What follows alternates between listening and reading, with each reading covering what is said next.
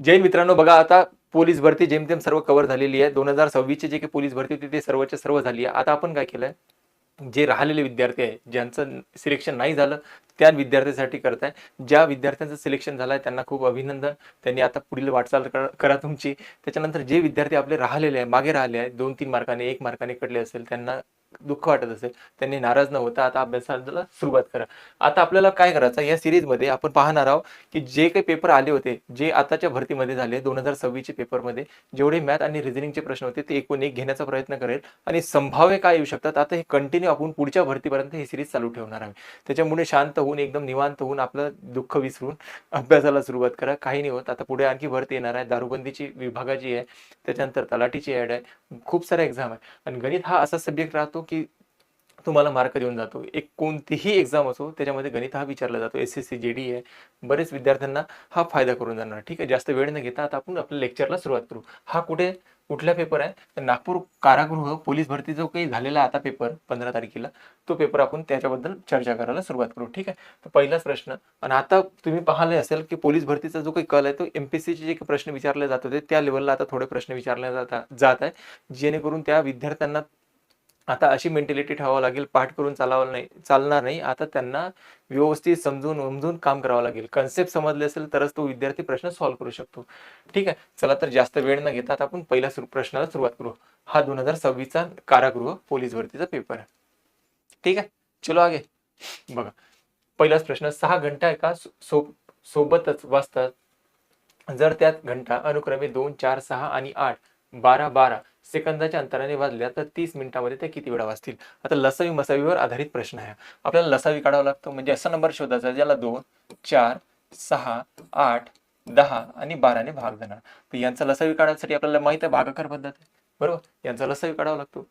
आणि जसं असा कोणता टाइम आहे की त्या टाइमला त्या घंटा एकत्र वाजतील, तर या सर्व संख्यांनी भाग जाणारी संख्या शोधायची, आपल्याला लसावी काढायची.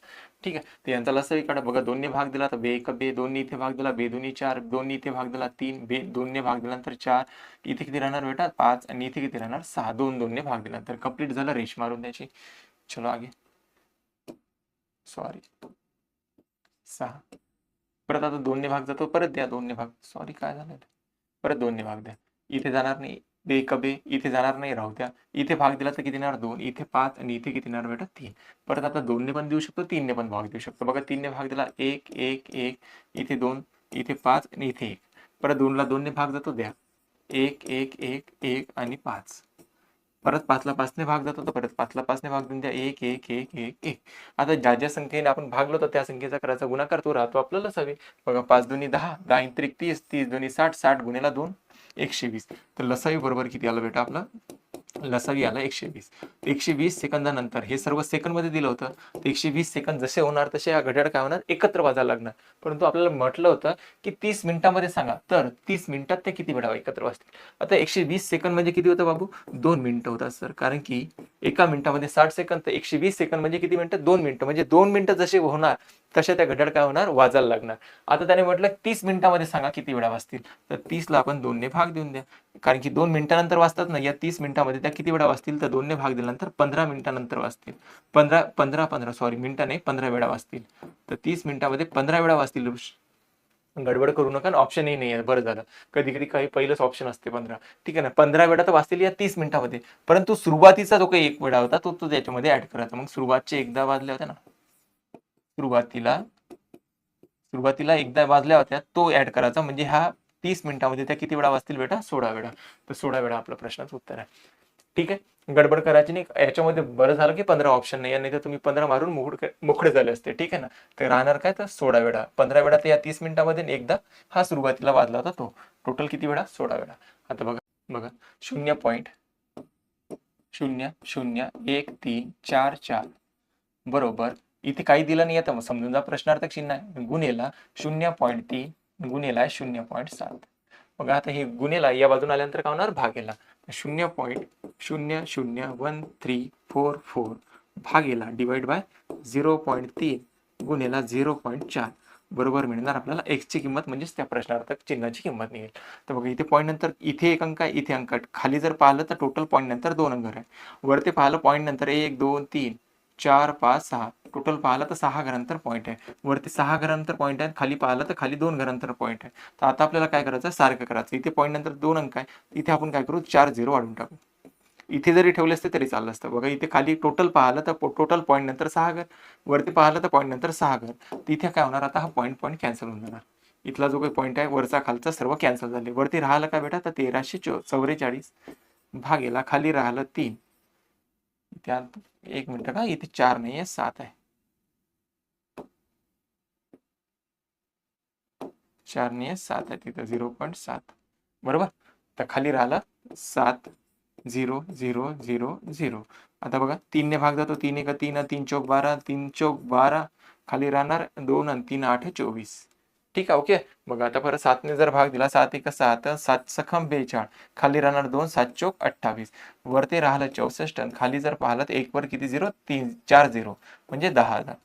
या 1 वर जर खाली 1 0 असता तर वरचे पॉईंट नंतर 1 घरानंतर पॉईंट दिला असता. आपण 2 0 असते तर 2 घरानंतर पॉईंट दिला असता. तिथे पॉईंट नंतर येतं किती 0 आहे, 4 0 आहे. तर वरच्या संख्येमध्ये पॉईंट नंतर 4 घर आले पाहिजे, 0.0064. ठीक आहे. जर खाली पॉईंट नंतर 1 वर 2 0 असते तर आपण काय केलं असतं, 2 घरानंतर पॉईंट दिला असता. ठीक आहे, समजलं, आलं लक्षात. तर 0.0064 आपल्या प्रश्नाचा करेक्ट उत्तर आहे, ऑप्शन नंबर 1. चलो आगे.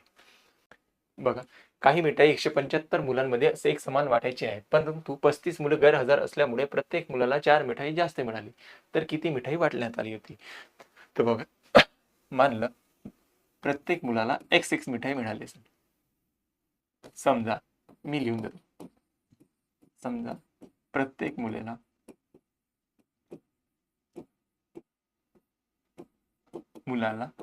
x मिठाई मिळाली असेल. प्रत्येक मुलाला x मिठाई मिळाली असेल तर 175 मुलांमध्ये x मिठाई वाटली तर किती मिठाई वाटली जाणार. टोटल 175 मुलं आहे, प्रत्येकाला x मिठाई मिळाली तर 75 मिठाई वाटली झाली असेल. परंतु 35 मुलं गैरहजर असल्यामुळे प्रत्येक मुलाला 4 मिठाई जास्त मिळाली. प्रत्येक मुलाला मिळणार किती मिठाई होती, x मिठाई मिळणार होती, परंतु 35 मुलं गैरहजर असल्यामुळे काय झालं, प्रत्येकाला 4 मिठाई जास्त मिळायला लागली. म्हणजे प्रत्येकाला आता मिठाई किती मिळणार, x अधिक 4. आता 175 मुलं होते, त्याच्यामधले 35 गैरहजर होते. तर हे जे काही मिठाई वाटप झालं असेल तर हे किती मुलांना वाटप झालं बेटा, 140 विद्यार्थ्यांना वाटप झालं असेल. किती विद्यार्थ्यांना बघू शकता तुम्ही पहा. प्रत्येक मुलाला जर x मिठाईची संख्या मिळाली तर 175 मुलं आहे, तर टोटल त्यांना किती मिठाई वाटले जाणार, 175 गुणिले x. परंतु 35 मुलं गैरहजर असल्यामुळे प्रत्येक मुलाला 4 मिठाई जास्त मिळाली. x मिठाई मिळणार होती, त्याच्यामध्ये 4 जास्त मिळाले. तर किती विद्यार्थ्यांना वाटण्यात आले ते, 140 विद्यार्थ्यांना, कारण की 35 विद्यार्थी नव्हते. आता दोन्ही सांगत आहे आपल्याला टोटलच, दोन्ही मिठाई वाटण्याची टोटल दाखवत आहे. आपल्याला विचारण्यात आलं की तर किती मिठाई वाटण्यात आली, x ची किंमत काढायची आली. इथे झाली 75x बरोबर 40 ने गुणाकार केला तर 40x प्लस 4 चौक किती होते 16. सॉरी 140 गुणिले x म्हटलं तर किती होते बेटा, 140x प्लस 14 चौक किती होते 56, 560. घेऊन या x ला x कडे, तर 175x मायनस 140x बरोबर आहे इथे 560. तर इथे किती राहतात 35x बरोबर 560. तर x बरोबर किती येणार 560 भागेला 35. आता बघा इथे तुम्ही 5 ने पण भाग देऊ शकता, नाही तर 7 ने पण भाग देऊ शकता. बघा 7 ने भाग दिला, 7 5 35, 7 5 35, 7 8 56 आणि 5 ने जर भाग दिला तर किती येते बेटा 16. तर x ची किंमत आली, प्रत्येक मुलाला किती मिठाई मिळाली बेटा, 16 मिठाई मिळाली प्रत्येक मुलाला. परंतु आपल्याला विचारले एकूण मिठाईची संख्या सांगा, तर प्रत्येक मुलाला किती मिठाई मिळाली, 16 मिठाई मिळाली असेल. तर टोटल मुलांची संख्या किती होती बेटा 175. प्रत्येकाला जर 16 मिठाई वाटण्यात आली तर 175 गुणिले 16 जर केलं तर आपल्याला टोटल मिठाईची संख्या मिळते. तर करू शकता गुणाकार तुम्ही, 175 गुणिले 16, 6 पंच 30, हातचे आले 3, साईन 7 42 आणि 3 45, हातचे आले 4, 6 4 10. इकडे 5 1 5, 7 1 7 1, इथे येणार 0 0, हातचा आला 1 8 आणि इथे येणार 2. तर टोटल जर पाहिलं तर 2800 मिठाई वाटप करण्यात आली होती. एकूण किती मिठाई वाटप करण्यात आली होती, 2800. 2800 आपल्या प्रश्नाचं योग्य उत्तर होतं. ठीक आहे, चलो आगे नेक्स्ट. एका मुलाला एका संख्येला 12 ने गुणायला सांगितले होते, परंतु त्याने 21 ने गुणले तर त्याचे अचूक उत्तरापेक्षा 63 ने जास्त आले. तर ती संख्या सांगा कोणती होती. तर बघा आपण मानलं की ती संख्या होती x या संख्येला त्याला सांगितलं होतं गुणाकार कर बा, परंतु चुकून त्याने काय केलं, 12 ने गुणण्यास सांगितले होते. बघा या एक्सला जर त्याने 12ने गुणाकार केला असता तर उत्तर किती आलं असतं, 12x आलं असतं सर. परंतु त्याने त्या संख्येला 21ने गुणले. या संख्येला जर त्याने 21ने गुणाकार केला तर 21x उत्तर प्राप्त व्हायला पाहिजे होते. हे झालं त्याचं चुकीचं उत्तर आणि हे त्याचं बरोबर उत्तर. आणि ही संख्या आपण ती मानत होतो गुणाला सांगण्यात आले होते. ती संख्या कोणती मानली आपण, एक्स मानली. आता ह्या चुकीचं उत्तर आणि बरोबर उत्तर याच्यामध्ये 63 जास्त आलं, म्हणजे या दोघांही मध्ये फरक जर पाहायला भेटला तर कितीचा फरक येते, तर या दोघांमध्ये फरक पाहिला तर सर कितीचा फरक येतो, 9चा फरक येतो बेटा. 9 फरक येतो. 9 फरक दाखवत आहे दोघांमधला, दोन्ही उत्तरामधला फरक आहे 63चा. तर एक्सची किंमत किती, तर 63 भागीला करा 9. 9 1 9, 9 7 63, म्हणजे एक्स बरोबर किती आला 7. तर एक्स म्हणजे काय मानत होतो आपण बेटा, एक्स म्हणजे मानत होतो ती संख्या. ती संख्या सांगा कोणती होती, तर ती संख्या होती 7. काही काही प्रश्न थोडे इझी होते, काही काही थोडे टफ होते प्रश्न. ठीक, चलो नेक्स्ट. आता हा प्रश्न लॉजिक बेस होता, चुकीनं बुद्धिमत्ता गणित मध्ये आलेला आहे. आपण बुद्धिमत्तेमध्ये पण पाहू, परंतु आला आहे तर आता सांगू दे. इथे लॉजिक आयडेंटिफाय करायचं होतं तुम्हाला, या लॉजिक बेसवर काय प्रश्न होऊ शकते. इथे पाय पाय दिलेला आहे, लॉजिकने आपल्याला आणायचं होतं. तर बघा इथे 8 पाय 4 याचं रिलेशन जोडलं त्याने 3 सोबत. त्याच्यानंतर 9 पाय 6 याचं रिलेशन जोडलं त्याने 5 सोबत. ठीक आहे. आणि इथे म्हटलं 7 पाय 5 याचं रिलेशन आपल्याला विचारण्यात आलं, याची किंमत किती येणार, याची किंमत आपल्याला शोधायची आहे किती. तर पहा, आपल्याला डोकं लावावंच लागेल, थोडं आता लॉजिक लावावंच लागेल. 8 अधिक 4 किती होतात बेटा, 12. आणि 12 भागीला जर आपण 4 केलं तर 4 1 4 4 3 12, तर 3 येऊ शकते या कंडिशन मध्ये. म्हणजे या दोन संख्येची बेरीज, इथे जो काही हा पाय दिलाय ना, तर आपण याच्या ठिकाणी आपण असं लॉजिक लावलं की प्लस केली. 8 आणि 4 12 होता, आणि 12ला जर 4ने भाग दिला तर उत्तर येते 3. तर 3 होतेच इथे. इथे बघा ती लॉजिक फिट होते का, तर 9 आणि 6 किती होतात, 15. आणि 15 इथे 4ने भाग दिला तर आपण इथे 3ने भाग द्या. 3 1 3 3 5 15, तर 5 आयडेंटिफाय होते. म्हणजे इथे 4ने भाग दिला तर इथे 3. तर आता खाली बघू शकतो आपण, 7 अधिक 5 इथे जातात 12. आणि 12ला इथे बघा 4ने भागले होते, इथे 3ने भागले, तर इथे 2ने भागावं लागेल, कारण की एक एक कमी करताय ना. तर इथे आलं पाहिजे बेटा 6. तर 6 आपल्याजवळ उत्तर होतं आणि 6च उत्तर दिलं होतं. ठीक आहे, इथे लॉजिक लावण्याचं काम होतं. चलो आगे नेक्स्ट. एका आठवड्यात सोमवार मंगळवार बुधवारचे सरासरी तापमान दिला 40°. मंगळवार बुधवार गुरुवारचे सरासरी तापमान दिला 41. तर गुरुवारचे तापमान 38 असेल तर सोमवारचे तापमान सांगा. तर इथे लिहितो सोमवार मंगळवार प्लस बुधवार ची सरासरी तापमान दिलं आपल्याला 40°. तर सरासरी गुणिला जर एकूण संख्या केलं तर एकूण संख्यांची बेरीज मिळते. म्हणजे सोमवार मंगळवार बुधवार याला जर 3ने गुणाकार केला सरासरी तापमानाला, या 3 दिवसाच्या तापमानाची आपल्याला बेरीज मिळेल. त्याच्यानंतर म्हटलं मंगळवार बुधवार नंतर गुरुवार या 3 दिवसाचं सरासरी तापमान दिलं आपल्याला 41 डिग्री. 3 दिवसाचं तापमान आहे, त्याला जर 3ने गुणाकार केला ते 3 दिवसाच्या तापमानाची बेरीज मिळते. आता सर काय करायचं, आता तुम्ही एक काम करू शकता, याची चिन्ह बदलून टाका. इथे मायनस केला, इथे मायनस केला, इथे मायनस केला, इथे मायनस केला आणि इथे मायनस केला. तर हे करून काय मिळालं सर, हा बघा मंगळवार प्लस हा मायनस आहे, हे कॅन्सल झाले. बुधवारने बुधवार कॅन्सल झाला, आणि इथे पाहिला तर सोमवार मायनस गुरुवार बरोबर इथे काय राहणार, तर इथे दोघांना 3 ने गुणाकार झाला, तर आपण काय करू, 3 कॉमन काढू आणि हा मोठ्या संख्येमधून लहान संख्या मायनस होणार. म्हणजे 41 मधून 40 मायनस झाले तर 1 राहणार, कोणते, तर मायनस वाले. इथे डायरेक्ट लिहितो मी -3. किती येणार, यात मधला फरक येणार -3. तर म्हणजे सोमवारच्या तापमानामधून गुरुवारचं तापमान काढून टाकलं तर -3 येते. आता आपल्याला म्हटलं गुरुवारचे तापमान 38 डिग्री देईल. तर गुरुवारचं तापमान दिलं आहे आपल्याला बेटा, सोमवार गुरुवारचं आहे म्हणते 38 डिग्री. विचारलं आपल्याला सोमवारचं किती, तर इकडे 38 प्लस मध्ये तिकडे गेल्यानंतर काय होणार, मायनस. म्हणजे फायनल उत्तर काय होणार आपलं बघा, सोमवार बरोबर -3 प्लस 38. तर सोमवारचं तापमान किती येणार, प्लस आहे हा मायनस आहे, तर या दोघांची वजाबाकी होणार. तर सोमवारचं तापमान येते बेटा 35 डिग्री. तर 35°C राहणार आपलं सोमवारचं तापमान. ठीक, चला. 3 संख्यांची बेरीज दिली 102. जर पहिल्या आणि दुसऱ्या संख्येचे गुणोत्तर दिला 2 दुसऱ्या आणि तिसऱ्या संख्येचे गुणोत्तर 5 असतील. बघा, फर्स्ट नंबर, सेकंड नंबर आणि थर्ड नंबर 3 संख्यांची बेरीज 102 आहे. पहिल्या आणि दुसऱ्या संख्येचा रेशो दिलाय 2:3. 2:3 रेशो दिलाय. नंतर दुसरी आणि तिसरी यांचा रेशो दिलाय 5:3. रेशो सारखा करता येत तुम्हाला. बघा इथे 3 आहेत, इथे 3 लिहून घ्या. इथे बाजूचाच नंबर फिल करत असतो. इथे 5 आहे, ते इथे 5 लिहा. 5 दोन्ही किती झाले 10, 5 त्रिक 15 आणि 3 त्रिक झाले 9. पहिली संख्या, दुसरी संख्या आणि तिसरी संख्या या तिन्ही संख्यांची आपल्याला बेरीज दिलेली आहे बघा. तर आपण पहिली संख्या मानली, x मानायचं असेल तर x मानू शकतो बघा. इथे एक्स मानतो मी. तर पहिली संख्या आहे 10x, दुसरी संख्या आहे 15x आणि तिसरी संख्या आहे राजा 9x. या तिन्ही संख्यांची बेरीज किती आहे? 102 आहे. तिन्ही संख्यांची बेरीज 102 आहे. आता 10 आणि 15 किती होतात? 25. 25 आणि 9 किती होतात? 34x. 34x बरोबर किती आहे? 102. तर x बरोबर किती येणार? 102 भागेला 34. तर 17 ने भाग देऊ शकतो किंवा 2 ने भाग द्या. 17 ने भाग दिला 17 दुनी 34. 17 किती होतात? 17 सख 102. 17 सख किती होतात? 102. तर बघा बे एक बेन बेत्रिक 6. तर एक्स बरोबर किती आला राजा? एक्स बरोबर आला 3. आपल्याला विचारत आहे दुसरा नंबर सांगा किती. तर दुसरा नंबर किती होता राजा? दुसरा नंबर होता 15x. तर दुसरी संख्या सांगा किती. तर दुसऱ्या संख्येची किंमत होती 15x. एका x ची किंमत किती आली आपली? 3. तर 15x ची किंमत किती येणार? 15 त्रिक 45. दुसरा नंबर किती? तर 45. दुसऱ्या नंबरची किंमत किती राहणार? 45. पहिला नंबर विचारला असता तर 10x होता. 10 गुणिला 3 30 आला असता. तिसरा नंबर विचारला 9 त्रिक किती आला? 27. आपल्याला विचारलं दुसरी संख्या किती. राजूचे वय त्याच्या वडिलाच्या वयाच्या अर्धे आहे. 10 वर्षापूर्वी त्याचे वय त्याच्या वडिलाच्या वयाच्या 1/3 होते. तर 5 वर्षांनंतर त्याच्या वडिलाचे वय किती? देखो भाव, राजू आणि त्याचे वडील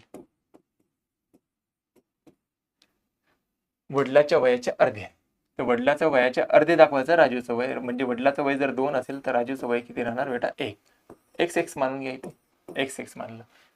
राजूचे वय त्याच्या वडिलाच्या वयाच्या अर्धे.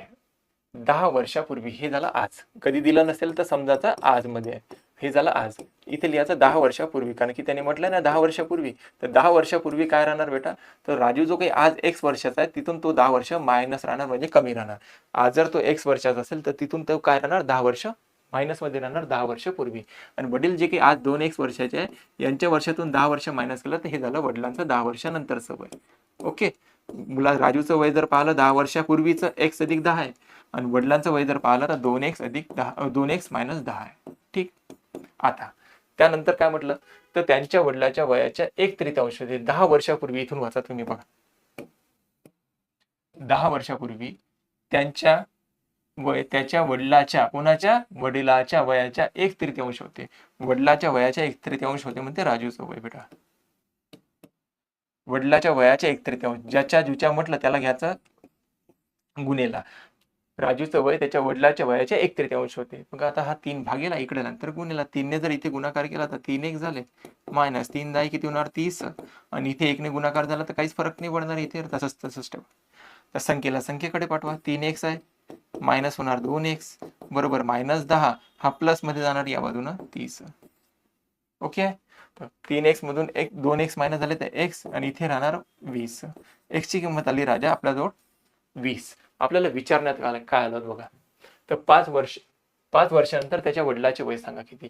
तर बघा x ची किंमत किती आली? 20. तर आज किती वर्षाचे आहे त्याचे वडील? आज जर म्हटलं असतं राजा त्याच्या वडिलाचं वय जे काही आहे आज आहे 2x वर्ष. एका x ची किंमत किती काढली आपण? 20. तर 2 गुणिला 20 म्हटलं तर किती होणार? 40 वर्षाचे आज वडील. परंतु आज नाही विचारत आहे. 5 वर्षानंतर सांगा. मग आजपासून 5 वर्षानंतर त्याच्या 5 वर्षाने वाढवून टाका वय. तर आजपासून 5 वर्षानंतर त्याच्या वडिलाचं वय किती राहणार राजा? 45 वर्ष. 45 आपलं करेक्ट उत्तर आहे. नेक्स्ट.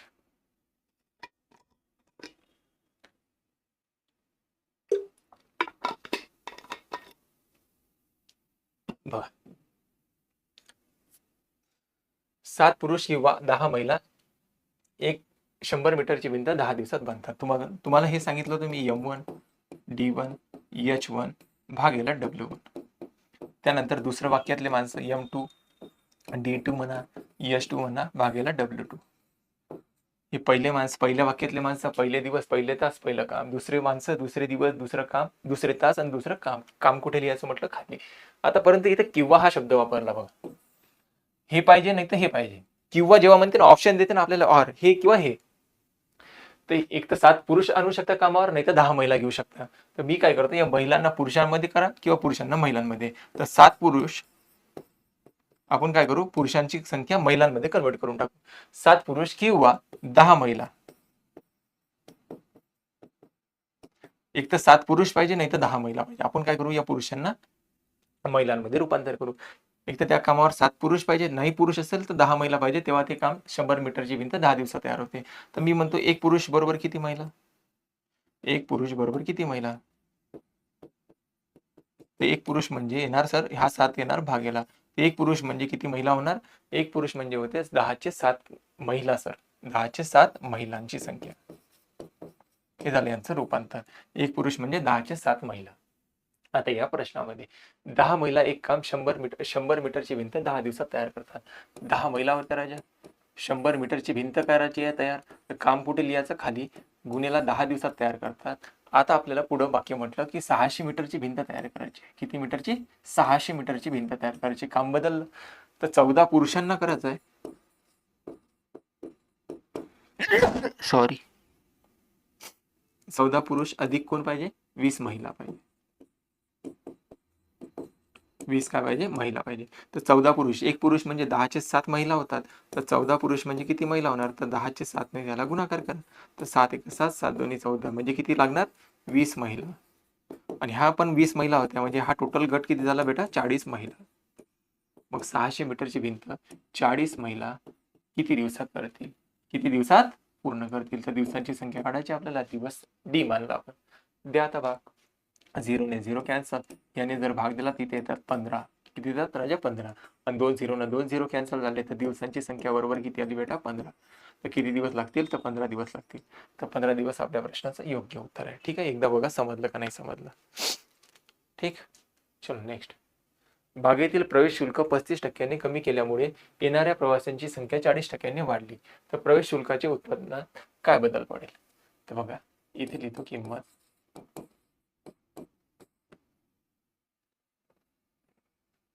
प्रवासी, किंमत आणि प्रवासी 35% कमी केली. प्रवेशाची शुल्क म्हणजे जी काही किंमत होती ती 35% कमी केली म्हणते. म्हणजे 100% किंमत होती, तर त्याच्या 35% कमी केली, तर किती राहणार आता? 65%. यांचा जर रेशो काढला आपण, 5 न भाग दिला, 5 2 10 0, आणि 5 ने इथे भाग दिला, 5 1 5, 5 3 15. म्हणजे सुरुवातीला तिकिटाची किंमत 20 रुपये होती असं मानलं, तर आता तिकिटाची किंमत 35% घटली, म्हणजे आता किती रुपये राजा? 13 रुपये. 35%. तुम्हाला जर फ्रॅक्शन आली तर फार चांगली गोष्ट नाही, तर तुम्ही असं मॅनेज करू शकता. 20% घटले, म्हणजे सुरुवातीला किंमत, एका तिकिटाची किंमत किती? ते 20 रुपये, आता किती आहे? 13 रुपये. हे तिकिटाची किंमत घटली. प्रवेशांची संख्या काय झाली? 40% वाढली. तर 40%चे फ्रॅक्शन किती होते?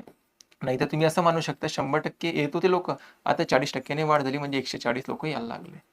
यांचा रेशो जर काढला, 0 ने 0 कॅन्सल, 2 ने भाग दिला तर 5, आणि इथे येणार 7. म्हणजे सुरुवातीला 5च प्रवासी यायचे, आता किती येत आहे? 7, कारण की 40%ने काय झाले? वाढ झाली.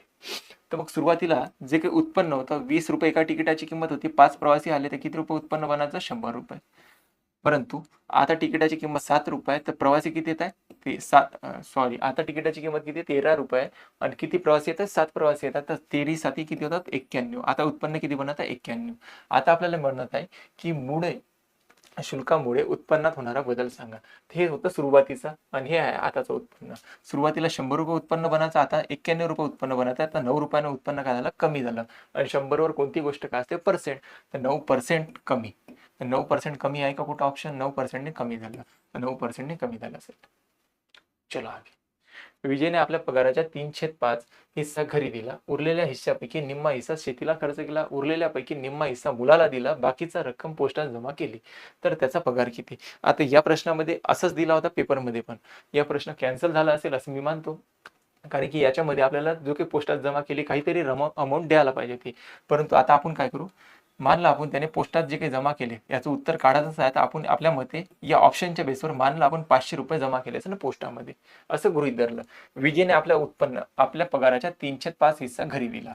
तर कधी आपल्याला कोणत्याही संख्येचा 1/2, 2/3, 3/4 असा हिस्सा काढायचा असेल, त्यावेळेस कसं करायचं बघा. आपल्याला याचा काढायचा आहे 3/5 भाग, त्याच्यानंतर त्याचा काढायचा अर्धा, निम्मा म्हणजे अर्धा, आणि त्याच्याही नंतर अर्धा, नंतर शिल्लक राहिलेला पोस्टात जमा केला. तर अशा वेळेस आपण डाटा मानून घ्यायचा खालच्या नंबरने भाग जाणारी संख्या. 5 2 2 ने भाग जाणारी संख्या, तर कोणती संख्या आहे बेटा? 10.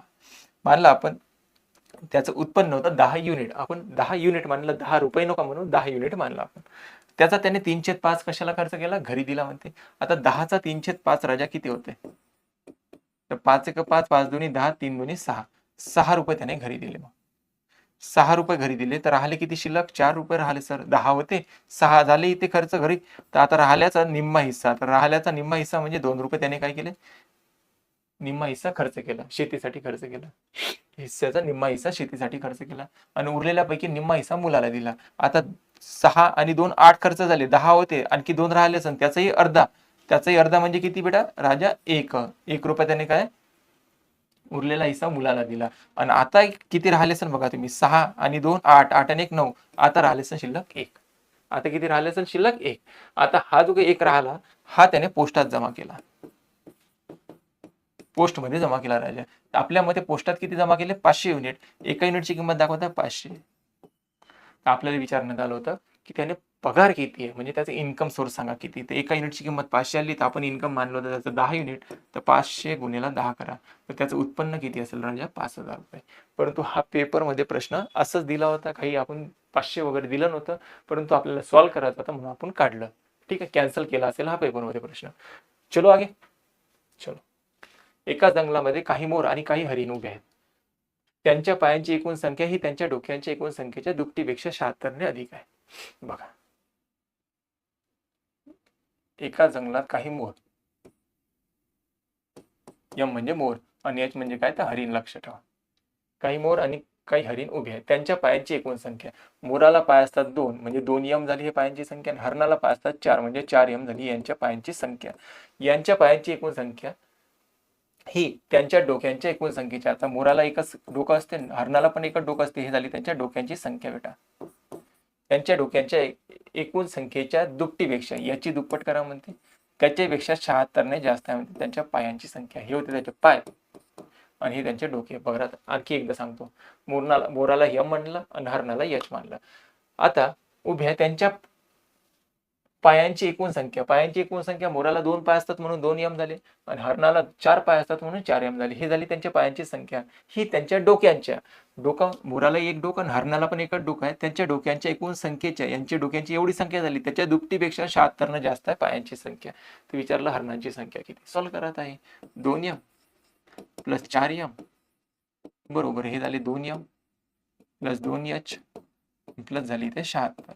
घेऊन या इकडे तिकडे. आता काही नाही, डायरेक्ट कॅन्सलही केलं तरी चालते. इथं 2 एच आहे, इथं बाबू इथं काय होते? एच होतं ना यार, सॉरी, काय एच आहे इथे,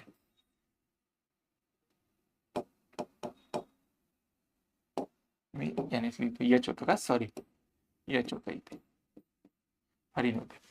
बघा 2 यम आहे इथे, 2 यम आल्यानंतर काय होणार? मायनस होणार, तर कॅन्सल करून टाका. इथं राहिलं 4 एच, हा 2 एच या बाजून आल्यानंतर मायनस मध्ये यमच लिहिलं जातं, आणि बरोबर किती आहे? 76. इथे राहते 2 एच बरोबर 76. तर एच बरोबर किती येणार? हरणांची संख्या येणार 76 भागेला 2. तर 76 ने जर 2 ला भाग दिला तर 38 येते हरणांची संख्या. 38 राजा हरिण आहे, तर मोर आणि हरिण यांच्या डोक्याची संख्या आपण एच आणि यमच मानली होती ना, तर हरणांच्या डोक्याची संख्या किती असेल? 38. मोराच्या डोक्यांची संख्या किती ना? 38. आपल्याला विचारलं काय ते बघा, तर हरणांची संख्या सांगा किती? 38. 38 हरिण, 38 मोर. चलो आगे. नेक्स्ट.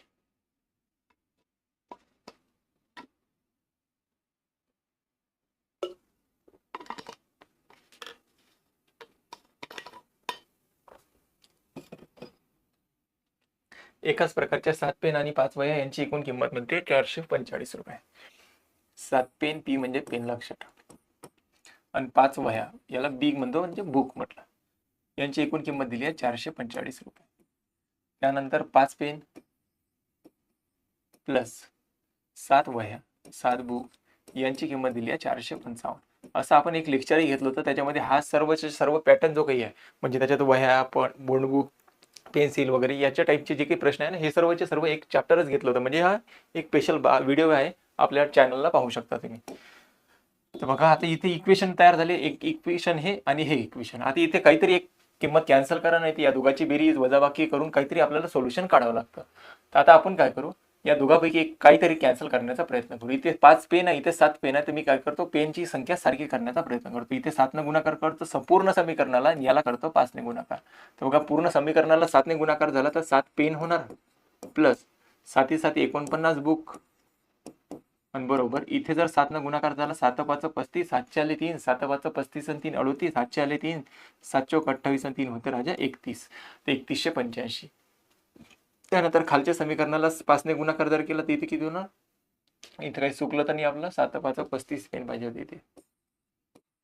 इथे झाले 35 पेन प्लस 5ने इथे गुणाकार झाला तर 5 5 25 बुक बरोबर. 5ने इथे गुणाकार झाला केला तर 5 5 25 हातचे आले 2, 5 चोक 20 आणि 2 22 ही 2 हातचे आले 2, 5 चोक 20 आणि 2 किती होते राजा 22.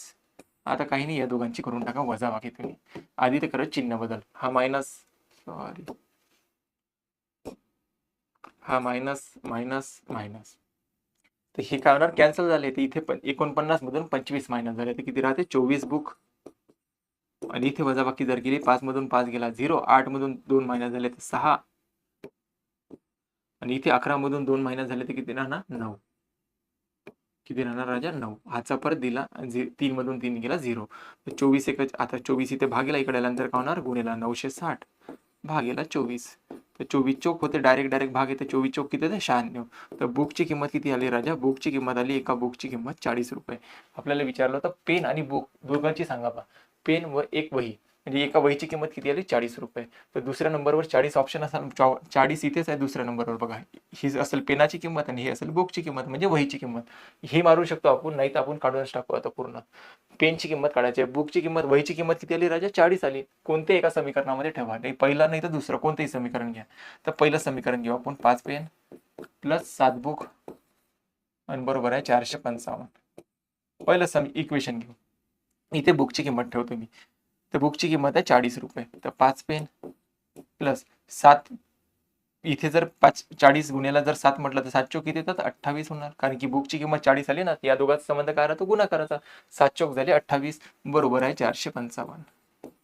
इथे 5 बुक 5 पेन बरोबर 455 मायनस होणार 280. तर 5 पेन बरोबर राजा किती येते या दोघांची वजाबाकी. 5 मधून 0 झाला 0, 15 मधून जर 8 मायनस झाले तर राहते 7, हातचा परत दिला 175. तर 5 इथे गुन्हेला इकडे गेल्यानंतर भाग गेला तर पेन बरोबर किती येणार 5 ते 1 15 आणि 5 5 25. पेनची किंमत 35 रुपये, वहीची किंमत 40 रुपये. 35 रुपये आणि 40 रुपये आपल्या प्रश्नाचं योग्य उत्तर आहे. चला आम्ही नेक्स्ट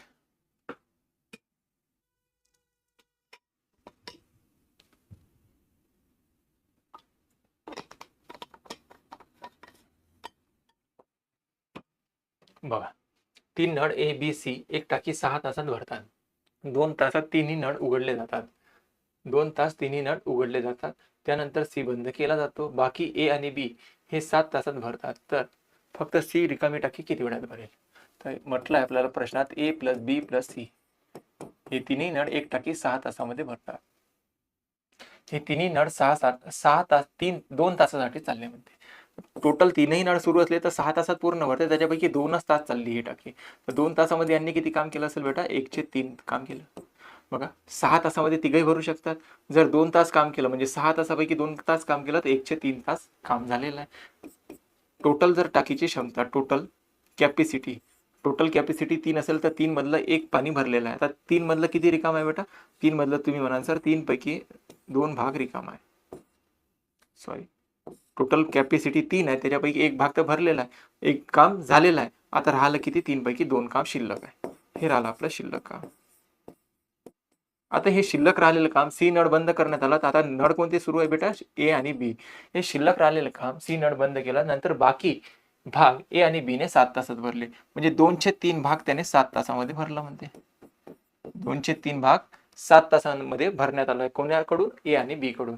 तर 2/7 भाग मी बघा तुम्हाला सांगितलं होतं लेक्चरमध्ये 1/2 भाग तुम्ही जर 5 दिवसामध्ये करता तर पूर्ण काम किती दिवसामध्ये करा. तर मी सांगितलं होतं याला पलटून टाकायचं, याला काय करायचं 2/1 करून घ्यायचं. ठीक आहे ना. आपल्याला पूर्ण काम तसे बघू शकता तुम्ही. अर्ध काम तो 5 दिवसात करते तर पूर्ण काम किती दिवसात यायला पाहिजे 10 दिवसात. तर ते आणायचं कसं, तर हे जे काही आपल्याला अपूर्णांक दिला त्याला करायचं आपण स्विच म्हणजे पलटून टाकायचा. तर 5 दोन्ही पूर्ण काम किती दिवसात करेल 10 दिवसात. तसंच इथे काम झालं बघा. ए आणि बी यांनी शिल्लक राहिलेलं काम 7 तासात केलं ना. म्हणजे शिल्लक किती काम राहिलं होतं 2/3 भाग काम. तर पूर्ण काम किती असेल तर पूर्ण काम काढण्यासाठी 3/2 करून टाका. इथे गुणाकार भाग नाही जात तर राहू द्या. 7 त्रिक झाले 21 भागेला 2. म्हणजे इथून असं म्हणता येते ए प्लस बी प्लस ए आणि बी हे दोघं मिळून ते पूर्ण काम किती दिवसात करतात बेटा राजा 21/2 दिवसात. बस तेच पाहिजे होतं आपल्याला. ए बी आणि सी हे तिघं मिळून ते काम 6 तासात करतात. परंतु ए प्लस बी हे दोघं मिळून ते काम किती तासात करतात 21/2 तासात करतात. आता आपण काम मानत आहोत तर काम असं मानायचं राजा ज्याला 6 आणि 21 ने भाग देणार. 6 आणि 21 ने भाग देणारी संख्या कोणती आहे? 42. 6 ने भाग दिला तर 7 आणि 21 जेव्हा आपण या 42 काम मानले ना, जेव्हा आपण 21/2 ने भाग देऊ, हा 2 पलटून वरतात, 21 एक 21, 21 दोन्ही 42, 2 दोन्ही किती होतात? 4. म्हणजे A प्लस B ची कॅपॅसिटी किती आली? 4 युनिट. आता ए बी सी या तिघांची कॅपॅसिटी किती आहे? 7 युनिट. त्याच्यामध्ये ए प्लस बी हे दोघं मिळून किती काम करू शकतात राजा? 4 काम करतात. तर सी किती काम करेल? तर तुम्ही म्हणाल सर सी करते 3 काम. तर सी एकटा एका दिवसामध्ये 3 काम करू शकते. आणि आपल्याला तेच म्हटलं की फक्त सी रिकामी टाकी भरायला किती वेळ लागेल? तर टोटल टाकी किती युनिट आहे राजा? 42 युनिट आहे. सी ला एकट्याला काम करायचं आहे. सी एकटा एका तासामध्ये किती रिकामा करू शकतो? 3. तर 42 युनिट भरायसाठी किती वेळ लागेल? 3 ने भाग दिल्यानंतर 14 तास. तर 14 तास आपल्या प्रश्नाचं उत्तर होतं. ठीक, 14 तास. चलो नेक्स्ट. जर एखाद्या आयताची लांबी 10% वाढ झाली आणि रुंदीमध्ये 10% घट केली तर त्याच्या क्षेत्रफळामध्ये काय बनेल? जेव्हाही कधी सांगितलं तुम्हाला, जर एखाद्या संख्येमध्ये सारख्या टक्क्याने वाढ झाली आणि तेवढ्याच टक्क्याने जर कमी झाली, समजा जर म्हटलं एखाद्याचे उत्पन्न, एका व्यक्तीचे उत्पन्न 10% वाढले नंतर 10% कमी झाले तर त्याच्या उत्पन्नात काय बदल पडेल? तर तुम्हाला सांगितलं की ज्या टक्क्याने वाढ झाली त्याचा करायचं वर्ग आणि भागीला करायचं 100. पण यावेळेस नेहमी काय होणार? लॉस होणार. प्रॉफिट लॉस मध्ये सांगितलं होतं. यावेळेस काय होणार? नेहमी तोटा होणार, म्हणजे कमी होणार, म्हणजेच घट होणार. तर ही केल्यानंतर काय येणार आपल्याला? घट. तेच झालं इथं. एखाद्या आयताची लांबीमध्ये 10% वाढ झाली आणि 10%नेच कमी करण्यात आली रुंदीमध्ये पण 10% कमी करण्यात आली. तर 10चा करायचं वर्ग आणि भागीला करा 100. नेहमी तोटा जर असेल, नफा तोटा विचारला तर तेव्हा तोटा होणार, आणि घट कमी किंवा असं विचारलं असेल तेव्हा घटच होणार, लक्षात ठेवा. तर 10चा वर्ग केला तर राजा किती होते? 100 आणि भागीला करा 100. इथे किती येणार? 1% काय होणार? घट होणार इथे. 1% घट. 1%नी वाढ, 1%ने घट, 1%ने घट आपल्या प्रश्नाचं उत्तर. ठीक, 1%ची घट. नेक्स्ट.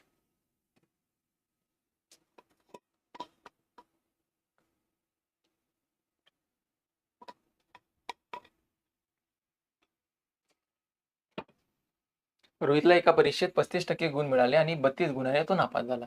जर परीक्षेची मेरिट 43 गुणाचा लागत असेल तर परीक्षा किती गुणाची होती? सोपी आहे बघा. 35% गुण मिळाले त्याला, परंतु तो 32 मार्काने काय झाला बेटा? नापास झाला. 32 गुण त्याला काय मिळाले? कमी मिळाले. मेरिट जो काही पासिंग आहे तो आहे 43%. त्याने 35% मिळवले.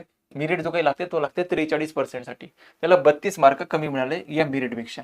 तर आपण पहा या पर्सेंटमध्ये जर फरक पाहिला तर किती आहे बेटा? 8%. तर 8% तो नापास झाला असं मानू शकतो आपण. 8% काय तो नापास झाला. परंतु गुणामध्ये जर पाहिलं तर 32 गुणांनी तो नापास झाला. तर मग 8%ची किंमत दाखवत आहे 32 गुण. तर 1% म्हणजे किती? तर 1% काढण्यासाठी तुम्ही म्हणा सर 32 भागेला 8 करून टाका. 8 चौक किती? ते 32. म्हणजे एका पर्सेंटची किंमत आली 4 गुण. एका पर्सेंटची किंमत आली 4 गुण. आपल्याला विचारण्यात आलं परीक्षा किती गुणाची असते? तर परीक्षा किती गुणाची होती? तर परीक्षा तर 100% गुणाची असते सर. तर एका गुणाची किंमत किती आली? 4. तर 100%ची किंमत किती येणार? 400. 400 गुणाचा पेपर होता तो. किती गुणाचा पेपर होता? 400 गुणांचा. बघा 4387 चा घातांक 245 दिलाय. 4387 चा घातांक दिलाय 245 गुणिला दिलाय 621 चा घातांक 72. विचारलं याचा एकक स्थानचा अंक किती? तर एकक स्थानचा अंक जेव्हाही विचारणार तर तो निघते एकक स्थानच्या अंकापासून. आपल्याला हे जे काही अंक दिले आहेत या अंकाशी काही मतलब नाही. आपल्याला पाहायचा आहे त्याचा एकक स्थानचा अंक किती आहे. याच्या एकक स्थानी किती आहे राजा? एकक स्थानी तुम्ही म्हणाल सर 7 आहे. इथे एकक स्थान जर पाहिलं तर किती आहे? 1 आहे. याचा घातांक किती दिलाय? 245. आता जे मर्जी पॉवर देऊ तर आपण त्या पॉवरला काय करायचं? जो काही घात दिलाय, या संख्येचा जो काही घात दिलाय त्या घाताला आपण 4 ने भाग द्यायचा. तर पॉवर दिली आहे 245 आणि याला द्यायचा आपल्याला 4 ने भाग. 4 ने भाग दिल्यानंतर जे काही बाकी राहणार, जे काही शिल्लक राहणार ते ठेवायची या 7ची पॉवर. ठीक आहे. आता तुम्ही म्हणाल सर 4 ने या संख्येला भाग दिल्यापेक्षा तुम्ही काय करा? याचे शेवटचे 2 अंक घेऊन घ्या, कारण की आपल्याला 4ची कसोटी माहित आहे. म्हणून सर 4ची कसोटीसाठी आपल्याला काय करावं लागते? शेवटच्या 2 अंकांना भाग द्यावा लागते. तर मी या 245 ला भाग न देता मी काय करतो? 245 लाच फक्त 245 ला भाग न देता फक्त 45 ला भाग देतो. तर 4 1 4 खाली राहणार 5. परत 4 1 4 बाकी किती राहतात राजा? 1. हा जो काही बाकी राहणार या 4 ने भाग दिल्यानंतर जो काही बाकी राहणार ते ठेवायची या संख्येच्या एकक स्थानच्या अंकाची पॉवर. बाकी किती राहिला राजा? 7 राहिले. गुणिले तुम्ही आता एक जो काही संख्या, जर एखादी संख्या असेल त्याच्या एकक स्थानी जर 1 आहे त्याची जे मर्जी पॉवर करा तुम्ही. जे मर्जी पॉवर करा, नेहमी एकक स्थान काय राहणार? नेहमी एकक स्थानी एकच राहणार. एक जर कोणत्याही संख्येच्या एकक स्थानी जर राहणार आणि त्याची आपण कितीही पॉवर केली तरी त्याचं एकक स्थान किती राहणार राजा? एकच राहणार. तर इथे आपल्याला बघा एक आहे, याची काही मर्जी पॉवर करा तर याचं एकक स्थान किती राहणार? 1.